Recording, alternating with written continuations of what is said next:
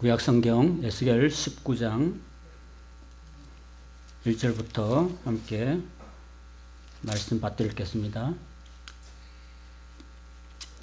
시작. 너는 이스라엘 고관들을 위하여 애가를 지어 부르라.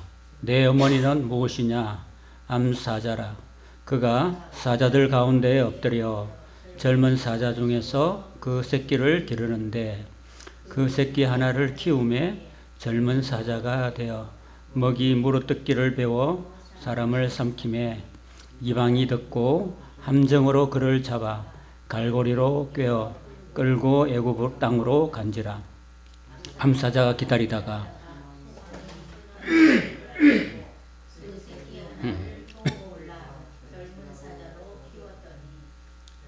젊은 사자가 되매 여러 사자 가운데에 왕래하며 먹이 물어뜯기를 배워 사람을 삼키며 그의 궁궐들을 헐고 성읍들을 부수니 그 우는 소리로 말미암아 땅과 그 안에 가득한 것이 황폐한지라.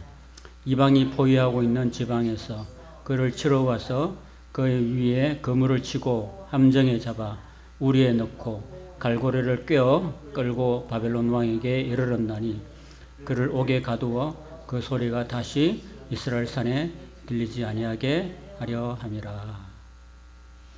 10절부터는 빼겠습니다. 자, 오늘은 에스겔이요 48장까지 있어가지고 이건 날마다 한 장씩 해가지고 좀 한 해가 다 지나갈 것 같아가지고 조금 진도를 조금 빠르게 하겠습니다. 오늘은 에스겔 19장부터 24장까지 짧게 보도록 하겠습니다. 에스겔 24장까지가 절반인데 그 절반의 내용이 하나님이 유다와 예루살렘을 심판하신다는 그런 내용이에요. 됐죠? 그 중에 이제 마지막 부분 19장에서 24장까지가 이제 또 동일한 내용인데 하나님께서 동일한 말씀을 하시면서 다른 비유를 자꾸 쓰세요. 한 번은 독수리 비유를 썼다가 한 번은 오늘은 또 사자 비유, 어린 사자 비유를 썼다가 또 뒷부분 10절부터는 또 포도나무 비유를 쓰고 하나님이 표현이 다양하셔요. 하나님은. 우리가 성경을 공부하시면서 여러분 성경을 많이 읽으면요. 여러분들에게 문장력이 생길 수 있어요. 문장력. 글을 쓴다든지 또는 말을 할 때 표현력이 다양하게 쓸 수 있습니다. 예수님도 뭐 인생을 비유하면서 날아가는 새를 봐라. 공중나는 새를 봐라. 그들은 농사도 안 하고 또 뭐 수가에 길쌈도 안 하는데도 하나님이 다 먹여주시고 입혀주시는 거 봐라. 너희들은 새보다 훨씬 더 귀하다. 그런데 저 미물 같은 새도 하나님이 다 먹여주시고 입혀주시는데 하물며 내가 목숨 바쳐 구원해준 너희를 내가 버리겠느냐? 내가 안 입혀주겠느냐? 안 먹여주겠느냐? 이렇게 말씀을 비유로 하시는 거예요. 너무 든든한 말씀 아닌가요? 그죠? 이렇게 하나님은 이렇게 다양하게 우리 생활 속에서 우리 생활 주변에 있는 것들을 비유를 통해서 너무나 쉽게 표현을 잘 하세요. 그리고 예수님은요, 말빨이 누구한테도 안 져요. 그렇게 말 잘하는 유대 장로들, 제사장들한테도 한마디도 안 져요. 진짜로. 예수님한테는 놀라운 그 말 실력이 있어요. 유대인들은 말 실력으로 살잖아요. 그러니까 예수님의 그 영을 받은 사람, 성령을 받은 사람은 하나님의 지혜가 우리 속에 들어오기 때문에 여러분, 우리 자녀들이 예수님을 믿고 우리 자녀들이 성령이 충만하면요, 하나님의 지혜가 충만한 줄 믿습니다. 그런 아이들은 이 경쟁사에 나와가지고 항상 머리에 있고 꼬리에 있지 않습니다. 아래에 있지 않고. 위가 되고 머리가 되고 꼬리가 되지 않고 위에 있고 아래에 있지 않고 그런 은혜가 함께하는 줄 믿습니다. 그래서 여러분 성경을 그냥 읽으면 어려운데 그래도 하나님 또 목사를 세워주고 또 설명을 해주니까 여러분들이 잘 듣고 또 복습도 하시고 읽어보고 이렇게 하다 보면은요 하나님의 지혜가 여러분들에게 탁 들어옵니다.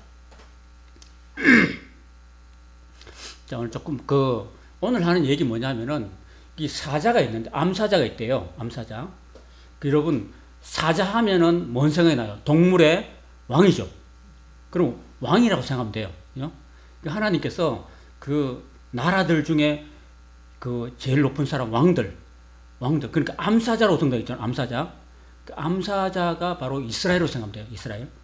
이스라엘 암사자가 있는데 암사자가 새끼가 있어요. 새끼가 있는데 그 암사자라는 사자는 이스라엘이라는 나라고 그 어린 사자 새끼 사자 있잖아요. 그 새끼 사자는 이제 몇 살 안 된 9살, 10살 몇 살 안 된 그런 마지막 왕들을 이야기하고 있는 거예요. 마지막 세 왕을 이야기하고 있는 거예요. 그래서 그 마지막 세 왕 중에서 여호아하스라는 왕이 있어요. 이 왕은 23살의 왕이 돼요. 그러니까 뭐 나이가 많은 편이 아니죠. 왕되고 그죠? 그래서 3개월 동안 왕노릇 해요. 3개월 동안. 3개월 동안 왕노릇 하다가 결국은 막 못된 짓만 배웠어. 뭐 사람 잡아먹고 이런 못된 짓만 배워가지고 그 하나님께서 그 이집트의 바로 누구라는 왕을 통해서 그냥 잡아가지고 갈고리 깨워가지고 이집트로 잡아가 버린다. 그런 얘기를 하고 있는 거죠. 그 여호아하스가 그렇게 됐고요. 그래서 결국은 이집트로 잡혀가서 거기서 죽어요. 그리고 그 다음에 이제 이어졌던 왕이 엘리야김 있는데 엘리야김과 여호야긴 왕이 있었는데 여호야김과 여호야긴 왕이 있었는데 이 두 왕은 이도 어린 사자예요. 그 몇 살 안 된 어린 사자인데 여호야긴 왕은 18살의 왕이 됐어요. 18살의 왕이 돼가지고 이 왕도 3개월밖에 못했어요. 3개월 하고 사람 잡아먹고 이렇게 못된 짓을 했어. 사자가 못된 짓을 해가지고 하나님께서 바벨론 느부갓네살 왕을 보내가지고 이 왕도 바벨론으로 확 끌고 가서 거기에서 소리 못 지도록 거기서 꼼짝 못하게 하나님 거기서 묶어버렸다. 이런 얘기를 이제 사자 이야기를 통해서 하고 있는 거예요. 그리고 이제 10절부터 이어지는 얘기는 또 포도나무가 있는데 이 포도나무가요 아주 굉장히 뭐랄까요 10절에 보시면은 그 물가에 심겨진 포도나무처럼 물이 많아서 열매도 많고 그리고 가지가 무성하고 그 가지들은 강하고 이런 건 뭐예요? 충분히 포도나무로 번성할 수 있는 여지가 있다는 거죠. 그런데도 불구하고 이 포도나무가요 삐뚤어지는 거래요. 삐뚤어지는 바람에 그러니까 이 충분히 하나님을 섬기면서 복을 받을 수 있는 왕인데도 불구하고 하나님이 아니라 우상을 섬기고 그 온갖 귀신 잡신들을 섬기고 이렇게 하는 바람에 이 왕도 결국은 그 뿌리가 뽑히고 꺾이고 불이 그죠? 불이 와가지고 이 왕을 살려버린다. 그래서 결국은 이 마지막 시드기야 왕을 가리키고 있는 겁니다. 저와 여러분들도요 다 가능성 있는 사람들이 우리는 다 하나님께 복을 받을 수 있는 가능성 있는 사람들.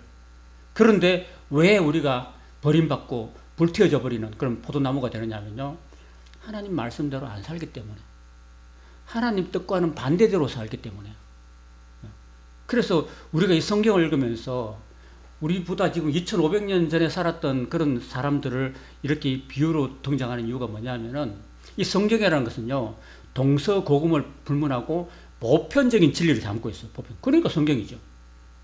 그때 당시의 이야기가 아니라 이 성경에 담겨있는 이 사람들의 모습 이 사람들도 다 왕이었고 두 눈을 가지고 코가 있고 입이 있고 귀가 있고 다 똑같은 우리하고 똑같은 성정을 가진 사람이었는데 충분히 잘 자라서 포도나무 열매를 잘 맺을 수 있는 그런 가지가 풍성한 그런 물가에 심어진 포도나무인데도 불구하고 그래도 삐뚤어지게 자라고 하나님 말씀 안 듣고 나가면 결국은 망한다는 얘기를 하고 있는 거예요 지금.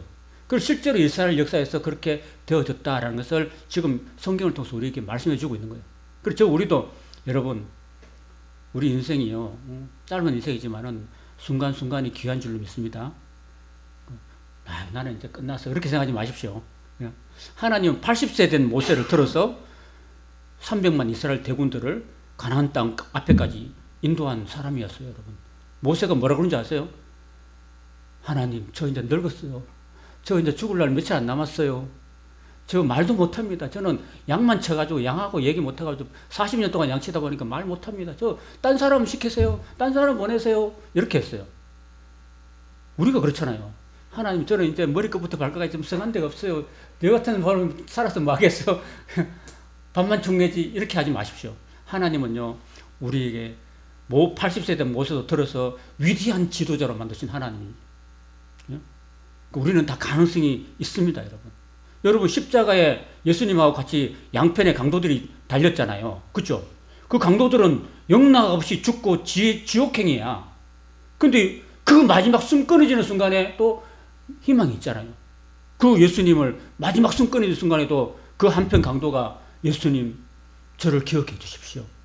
그러잖아. 날 좀 불쌍히 해주고 날 기억해 달라고. 그러니까 예수님께서 뭐라고 하셨어요? 그 목숨 숨 곧 끊어지기 바로 직전 그 사람한테 뭐라고 그랬어요? 오늘 네가 나와 함께 낙원에 있을 것이야. 할렐루야. 숨 끊어지는 그 순간에도 하나님이 희망 주신다니까요. 그 우리는 앞으로 살아갈 날이 언제까지는 몰라도 우리는 아직도 희망 있는 사람인 줄 믿습니다. 여러분 발 쩔뚝거리면서도 이 미끄러운 길에도 추운 날에도 여러분 교회 오셨잖아. 하나님이 여러분 붙들어 주시고 사랑하시고 여러분들을 큰 사랑으로 다 품어주시는 줄 믿습니다. 삐뚤게만 나오면 돼요. 삐뚤게만 나오면 돼. 아시겠죠? 하나님 안 떠나면 돼요. 여기서 여러분이 실망하시고 교회하고 덩지고 하나님하고 덩지고 떠나면 여러분은 아무리 희망이 있어도 안 돼요. 사탄은 그걸 원하는 거야. 사탄은 어떻게든 여러분을 괴롭혀가지고 여러분 마음을 낙심시키고 우울하게 만들어가지고 여러분을 막 죽게 만들어. 그런 길로 이끌어가는 거야. 그러나 그건 못된 그런 그 사탄이고 우리 예수님은 우리를 위해서 목숨까지 주신 좋으신 분인 줄로 믿습니다. 예수님이 오신 것은 양으로 생명을 얻게 하고 더 풍성히 얻게 하리라 하시라고 말씀하고 있습니다. 그러니까 우리는 이 마지막 시드기야처럼 삐뚤게 안 나가면 돼요. 그죠? 그걸 지금 이제 얘기하고 있습니다. 19장이 그 내용입니다. 그 다음에 이제 20장에는 또 이제 그 묻고 따지러 온 유대 장로들이 이야기합니다. 그것도 아직도 지금 정신을 못 차렸어. 바벨론 포로 잡혀와가지고 왜 우리가 또 이렇게 우리가 뭘 잘못했는데 우리가 여기까지 잡혀와야 됩니까? 우리는 하나님 선민인데 우리가 뭘 도대체 잘못했는데 막 우리를 이렇게 포로 잡혀가 이 모양 이 꼴로 만들어놨습니까? 하고 또 장로들이 에스겔 선지자한테 물으러 온 거예요. 소크라테스 그런 말이죠. 니 꼬라지를 알라. 우리 자신을 돌아볼 수 있어야 돼요, 여러분. 그죠? 이제 12월 달이고 이제 우리 12월 달도 이제 한 주밖에 안 남았잖아요. 한 주밖에 안 남은 이때 우리가 지나온 한 해를 되돌아보면서 하나님 앞에 진실했는가 하고 우리 주변 사람들 볼 필요도 없고 내 자신을 바라봐야 돼. 내가 하나님하고 1대1의 관계에서 나는 하나님은요 우리의 외모를 안 보신다 그랬어요. 우리가 외모가 뭐 쭈글치럽다든지 나이가 들었다든지 뭐 볼품 없다든지 그런 걸 하나는 안 보신다니까요. 하나님 뭘 보시느냐? 뭘 보실까요? 외모를 안 보고 뭘 보신다고요? 한번 따라합시다. 하나님은 중심을 보신다. 그 중심이라는 게 내 마음 중심을 하나님 보신다니까요. 여러분 이렇게 춥고 몸도 안 좋고 한데도 여러분들이 하나님을 향해서 이 추운 날씨에 아픈 몸을 끌고 온 그 여러분의 마음 중심을 하나님 보신다니까요. 그걸 보신다니까요. 우리가 겉으로는 막 안 잘 살아도 돼요. 하나님 우리 마음 중심을 보시고 우리에게 복 주시고 은혜 주시는 하나님이신 줄 믿습니다. 그리고 올 한 해 살면서 저도 목사로서 정말 하나님 앞에 정말 중심으로 하나님을 사랑하고 하나님을 진실되고 정말 성도를 위해서 눈물로 기도하고 교회를 위해서 기도하고 이웃을 위해서 기도하고 했는 걸 보면은 정말 어떻게 보면은 하나님이 안 보고 있다는 생각을 많이 하고 살았던 것 같아요. 하나님을 깜빡해버리고 자꾸 사람들만 쳐다보고 그 살았던 제 모습이 아니었는가 많이 하나님께 회개를 합니다. 그러니까 다른 사람 볼 것 없이 내가 내 자신을 보면서 하나님 앞에 내가 정직하고 성실하고 진실되고 충성되었는가 하는 것을 우리가 돌아볼 필요가 있는 거예요. 오늘 20장에 보면 자기 자신을 안 돌아보고 자꾸 그 모든 것들 부정적으로 바라보고 환경을 바라보고 자신을 온전히 바라보지 못한 그런 이스라엘 장로들을 향해서 하나님이 꾸짖고 책망하시는 내용이 바로 20장의 내용인 것입니다. 그러면서 하나님이 그걸 자기 자신을 안 돌아보고 지 잘못을 하나도 모르고 하나님 탓하고 에스겔 탓하고 선지자 탓하고 그런 남 탓하는 사람들 향해서 하나님이 길게 얘기합니다. 내가 너희를 이집트 땅에서 너희들 거지 같은 이집트 땅에서 내가 다 모세를 통해서 건져내가지고 그 메마른 광야를 홍해를 가르고 메마른 광야를 지나면서 낮에는 구름 기둥으로 밤에는 불기둥으로 너를 인도했고 날마다 만나를 내려줘가지고 광야에서 너희 배를 채워줬고 너희가 만약 고기가 먹고 싶다 했으면 내가 홍해에서 동풍을 불어가지고 그거 메추라기 만나 메추라기를 막 너희들 무릎까지 쌓아가지고 너희들 한 달 동안이나 고기를 막 질리도록 먹도록 한 그런 하나님 아니냐. 그리고 내가 앞서 너희들 길을 인도해가지고 너희 앞에 있는 모든 대적들을 다 내가 재버리고 너희 길을 인도한 하나님 아니냐. 너희가 광야에서 얼마나 나를 시험하고 금송아지 우상을 섬기고 그 광야에서 그렇게 그 이방 민족하고 이방 여인들하고 음란한 짓을 하다가 하루에 24,000명이 죽었던 너희들 아니냐. 그리고 가네스 바다에서 그 열정당꾼을 이야기를 듣고 부정적인 이야기를 듣고 하나님을 신뢰하지 않고 너희들이 광야에서 38년 동안 뱅뱅 돌다가 다 죽은 너희들 아니냐. 그래도 내가 너희들 후세대들만은 살려줘가지고 가나안 땅에 들여다보냈는데 가나안 땅에 들여다보내가지고 너희들 그렇게 솔로몬에게 영광을 옷 입혀주고 왕후의 지위까지 오르겠는데 너희들이 한 짓이 뭐냐. 너희들은 다 이렇게 우상을 섬기고 남편인 내 마음을 아프게 했던 너희들 아니냐고 이렇게 막 하나님이 그 옛날부터 다 소급해가지고 막 이렇게 얘기를 하고 있는 장면이 20장입니다. 됐죠? 20장 그렇고요. 자, 21장에는요. 한번 따라봅시다. 여호와의 칼.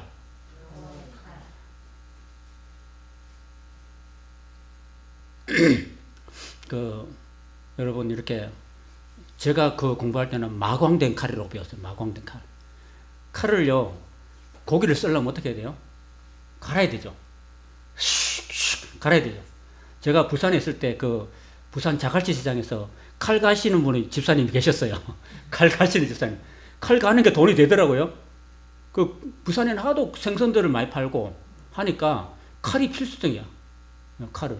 그래서 그분이 자갈치 시장 앞에서 그냥 미역국 큰 거 갖다 놓고 칼만 하루 종일 갈아요. 근데 잘 살아요. 온 집안이 다 예수 믿고. 그리고 칼을 쫙 가는데 와, 우리 칼도 한번 갈아준 적 있나요? 칼 가는데 이렇게 돈을 받고 이렇게 갈아주는데 정말 잘 들어요. 그 하나님 지금 21장에 에스겔 얘기하면 하나님이요 칼을 막 갈고 계세요. 슉슉슉 그럼 칼을 막 갈고 있어요. 뭐 하려고? 뭐 하려고 칼을 갈까요? 누군가를 벨라고. 그 누굴 뵐까요? 말 안 듣는 자기 부인을. 예루살렘을 치려고 하나님이 칼을 갈고 계시는. 아까 제가 말했죠. 하나님 아까 말라기에서 막 이스라엘 백성들하고 막 말다투죠. 그죠? 응? 하나님 한마디 하면 이스라엘 또 말대꾸하고. 그럼 뭐가 날아와요? 미확인 비행물체가 UFO가 날아오는 거죠. 그래서 막 그런 게 구약 성경에 나타난 하나님과 이스라엘 백성들의 그 관계예요. 하나님께서 예루살렘을 이제 치겠다고 이제 칼을 가시는 장면이 바로 그 21장에 나옵니다. 그 칼이 뭐냐? 바로 바벨론 군대라는 칼이에요. 그러니까 우리가 여러분 하나님 앞에서 우리가 말씀 안 듣고요.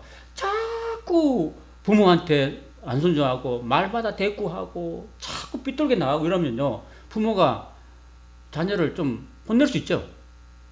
처음에는 좀 말로 하다가 안 되니까 어떻게 해요? 매로 되죠. 매로 돼서 안 되면 어떻게 돼요? 희망이 없는 거잖아. 내쫓아 보낼 수밖에 없는 거고. 하나님은요, 하나님이 친히 칼을 들고 치시는 게 아니고, 하나님은 주변 나라들을 통해서, 내 주변 사람들을 통해서 치시는 거예요, 여러분. 그래서 바벨론이 그때는 지금 미국처럼 강대한 나라였어요. 그러니까 하나님이 바벨론이라는 그 칼을 들어서 쓰시는 거예요. 하나님이 바벨론을 탁 들어서 쓰시고요. 그 바벨론의 칼을 들고, 바벨론이 이스라엘 동북쪽으로 1000km 있는 그런 나라였어요. 동북쪽으로. 걸어서 4개월 거리는 그런 거리였습니다. 그때. 4개월 거리. 그 바벨론 칼을 들고, 이렇게 바벨론 왕의 칼이 오는 길을 이렇게 에스겔 보고, 에스겔아, 너 땅에 이렇게 그려봐. 지도를 그려라. 지도를 그려가지고, 에스겔 그 바벨론 왕의 그 하나님이 바벨론을 칼로 쓰시니까, 바벨론 왕이 오는 길을 지도로 그려라. 해가지고, 왕이 와요. 예루살렘을 이제 목 달라고 칼을 가지고 온다니까요. 와가 중간쯤 오니까 길이 두 갈래 나눠졌어요. 그 이야기를 하고 있습니다. 그럼 두 갈래 딱 나눠지면요. 어떻게 할까요? 바벨론 왕이 어떻게 해야 될까요? 영등포로 갈까요? 이렇게 갈등하겠죠? 갈등하겠죠? 그럼 어떻게 해야 돼요? 그러면 어떻게, 그때 당시에는 길이 두 갈로 나눠졌는데 어떻게 했냐면 점을 쳐요, 점을. 점을 치는데 어떻게 치냐면은 황소를 잡아요. 이렇게 하는 것도 있고, 그때는 이제 그 소를 잡아요. 황소를 잡아가지고 황소를 탁 목을 따가지고 간을 꺼내요, 간.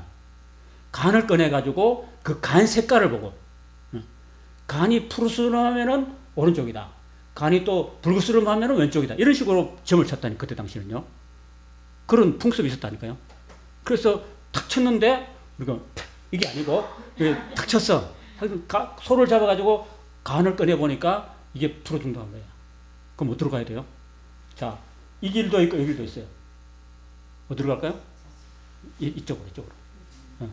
왼쪽으로 가면 암몬성의 라빠성으로 가는 길이고, 오른쪽으로 가면은 예루살렘으로 가는 길. 그리고 예루살렘으로 가는 길이 당첨된 거야. 당첨. 결국 어떻게 된 거예요? 하나님의 뜻대로 되는 거예요. 세상 사람들이 점을 치고 어떻게 하고 뭐 이렇게 막 튀기더라도 결국 어떻게 된다고요? 하나님 뜻대로 된다니까요. 하나님이 소간을 붉게 만들 수도 있고 어떻게 할 수도 있어요? 푸르게 만들 수도 있는 거예요. 그죠? 그러니까 하나님이 하신 거예요. 그래서 결국은 예루살렘으로 가는 길이 당첨돼가지고 그 내려오는 거예요. 예루살렘으로 내려와서 보세요. 21장 19절에 보면 인자야 너는 바벨론 왕의 칼이 올 두 길을 한 땅에서 나오도록 그리되 곧 성으로 들어가는 길 그 어귀에다가 길 나뉘는 지시표를 하여서 칼이 암몬 족속의 라빠로 이르는 길과 유다의 견고한 성 예루살렘으로 이르는 길을 그리라. 그렸어요. 그래서 21절에 보면 바벨론 왕이 갈래길 곧 두 길 어귀 위에 서서 점을 치되 화살들을 흔들어 우상에 묻고 희생 제물의 간을 살펴서 오른손에 예루살렘으로 갈 점괘를 얻었다. 그랬죠? 이거 됐대요, 여러분. 이렇게 화살을 픽 던져서 탁 던지니까 화살 방향이 오른쪽으로 나온 거야. 그러니까 이렇게 침 뱉어가지고 탁 해보고 그것도 해보고 소간도 색깔도 보고 이렇게 한 거예요. 한 개만 본 게 아니고 두 개를 본 거예요. 그래서 결국은 예루살렘으로 오게 됐다. 그래서 이제 거기 와가지고 이제 칼을 갖고 이제 가게 된다라는 얘기를 21장에 하고 있는 겁니다.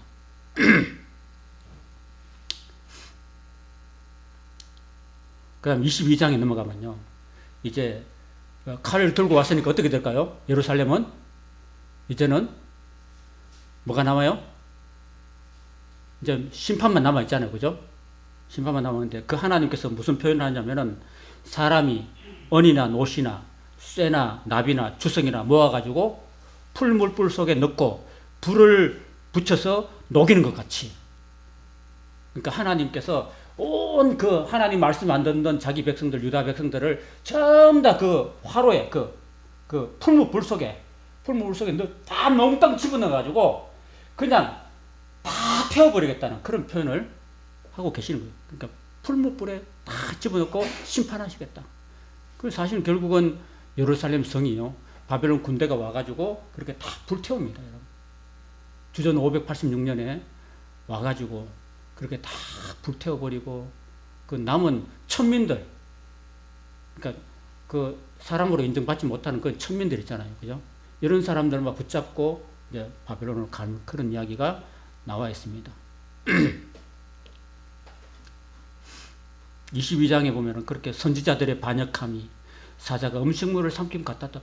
이런 제사장들도 율법을 범하고 그러니까 지도자들, 영적인 지도자들도 다 타락해가지고 하나님의 그 마음을 아프겠다.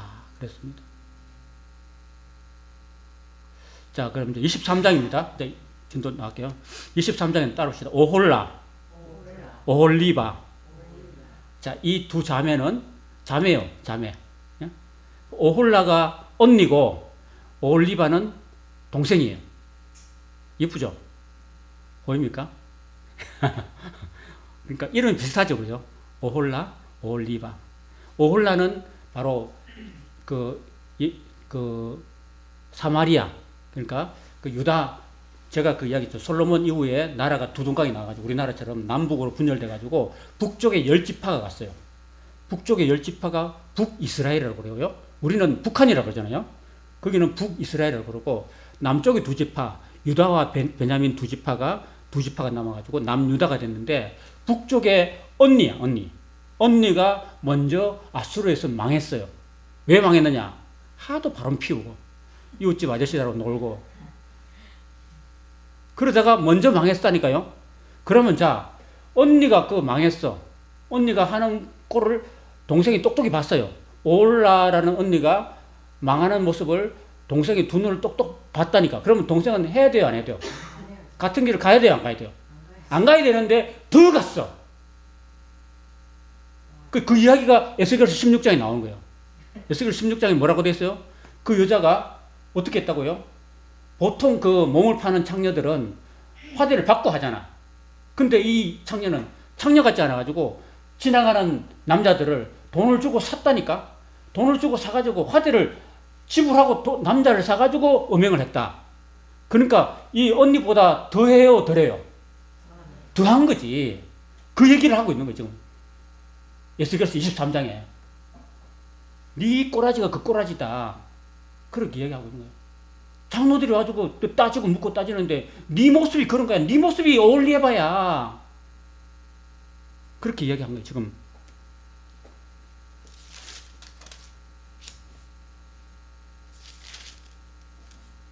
자, 그래서 결국은 이렇게 이 음행을 저지른 올려. 여기 그림을 나중에 한번 유튜브에서 자세히 한번 보시기 바랍니다. 지금 그림이 작아서 안 보이죠? 북이스라엘이 아수르로 쫓아간 거예요. 아수르라는 나라로 쫓아가서 결국 아수르한테 망했어요. 아수르라는 이웃 아저씨라고 이렇게 음행하다가 결국 그 아저씨한테 망했고, 이 남유다는 결국은 바벨론 쫓아가고 애굽 쫓아가다가 결국은 그들에 의해서 망합니다.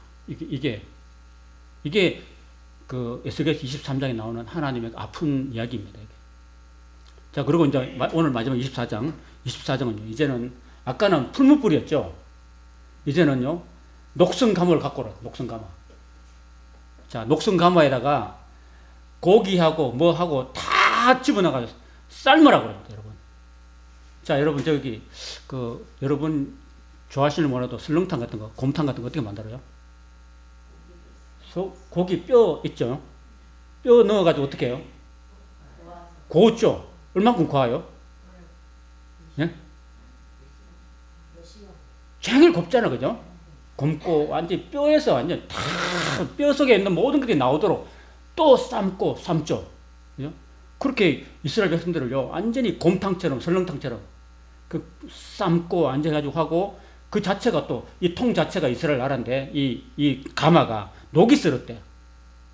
그런데 이 녹이 안 벗겨져요, 여러분. 하나님이 아무리 애를 써도 이스라엘 백성들을 정하게 만들려고 하고, 이스라엘 백성들을 깨끗하게 만들려고 해도 이 녹이 안 벗겨지는 거예요, 이렇게. 그래서 여러분, 녹 어떻게 벗겨내야 됩니까? 난 몰라요.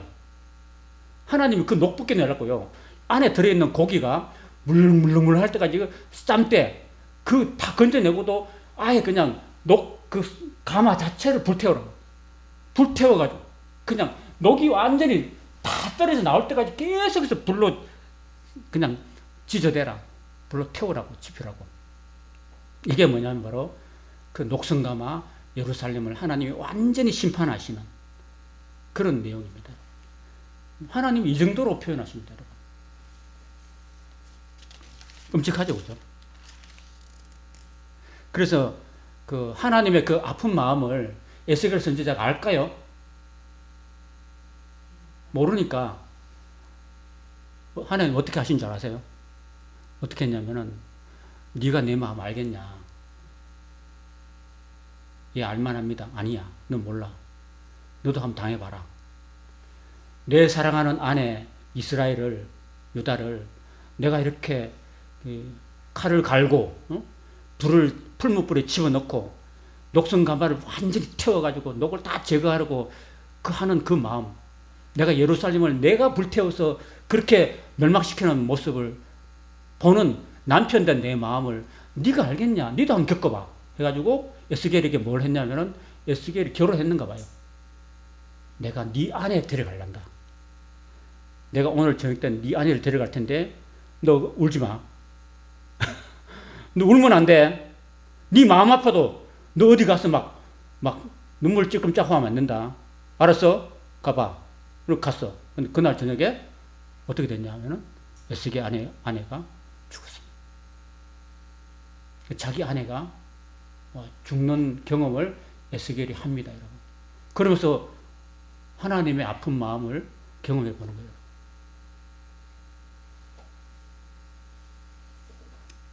하나님 참 이렇게 좀 잔인하시기도 하시죠, 그죠? 그 때로는요, 하나님께서는 목회자나 또는 지도자들한테 이런 어려움과 아픔을 막 겪어보게 하세요. 저는 그런 아픔을 겪어본 적이 없는데, 우리 성도들 가운데는 이런 아픔을 겪어본 분도 계시잖아요, 그죠? 아픔을 겪어보면은 그 자식을 잃는 하나님께서 독생자가 십자가에서 절규하고 죽어가는 그 모습을 바라보시는 하나님 마음이 이해할 수 조금이라도 되잖아, 그죠? 내 자식이 죽어가는 걸 봤으니까. 하나님도 그런 거예요. 그러니까 하나님은 가끔씩 우리에게 이런 인생 살면서 그 아픔과 고통을 겪게 하시는 거예요. 그러면서 우리가 조금이라도 하나님 마음을 이해하기 위해서 어쩌면 우리 가족 중에서 또는 사랑하는 사람의 그 목숨까지도 하나님은 데려가실 때도 있다는 거예요. 우리 연예인들 보면은 코로나 지나면서 사랑하는 사람을, 자식을 잃은 분들도 많잖아, 그죠? 그러면서 그 자식을 잃었을 때 정말 어떤 연예인은요, 그 아들이 코로나 때문에 죽는 걸 경험하면서 정말 막 한 달 며칠이고 울고 불고, 응? 모든 활동을 다 접어버리고 그렇게 슬퍼하고 고통스러워하고 그러다가 나중에 이제 여러 달이 지나서 정신 차리고 나중에 이제 그 하나님의 그 아픈 마음을 조금 헤아릴 수 있었다 이런 고백하시는 분도 있죠. 그러니까 그런 마음이에요. 자, 그래서 이 에스겔이라는 책이 신구약 66권 성경 중에서 가장 무겁고 가장 아프고 그리고 또 가장 하나님 마음이 무겁고 아픈 그 마음이 많이 담겨있는 책이 바로 에스겔입니다, 여러분. 그 에스겔을 여러분이 다시 한번 읽어보시고 정말 그 사랑하는 자기 백성을 그렇게 징벌하시는 하나님의 그 아픈 마음을 우리가 헤아리고 왜 그렇게 징벌할 수밖에 없었는가?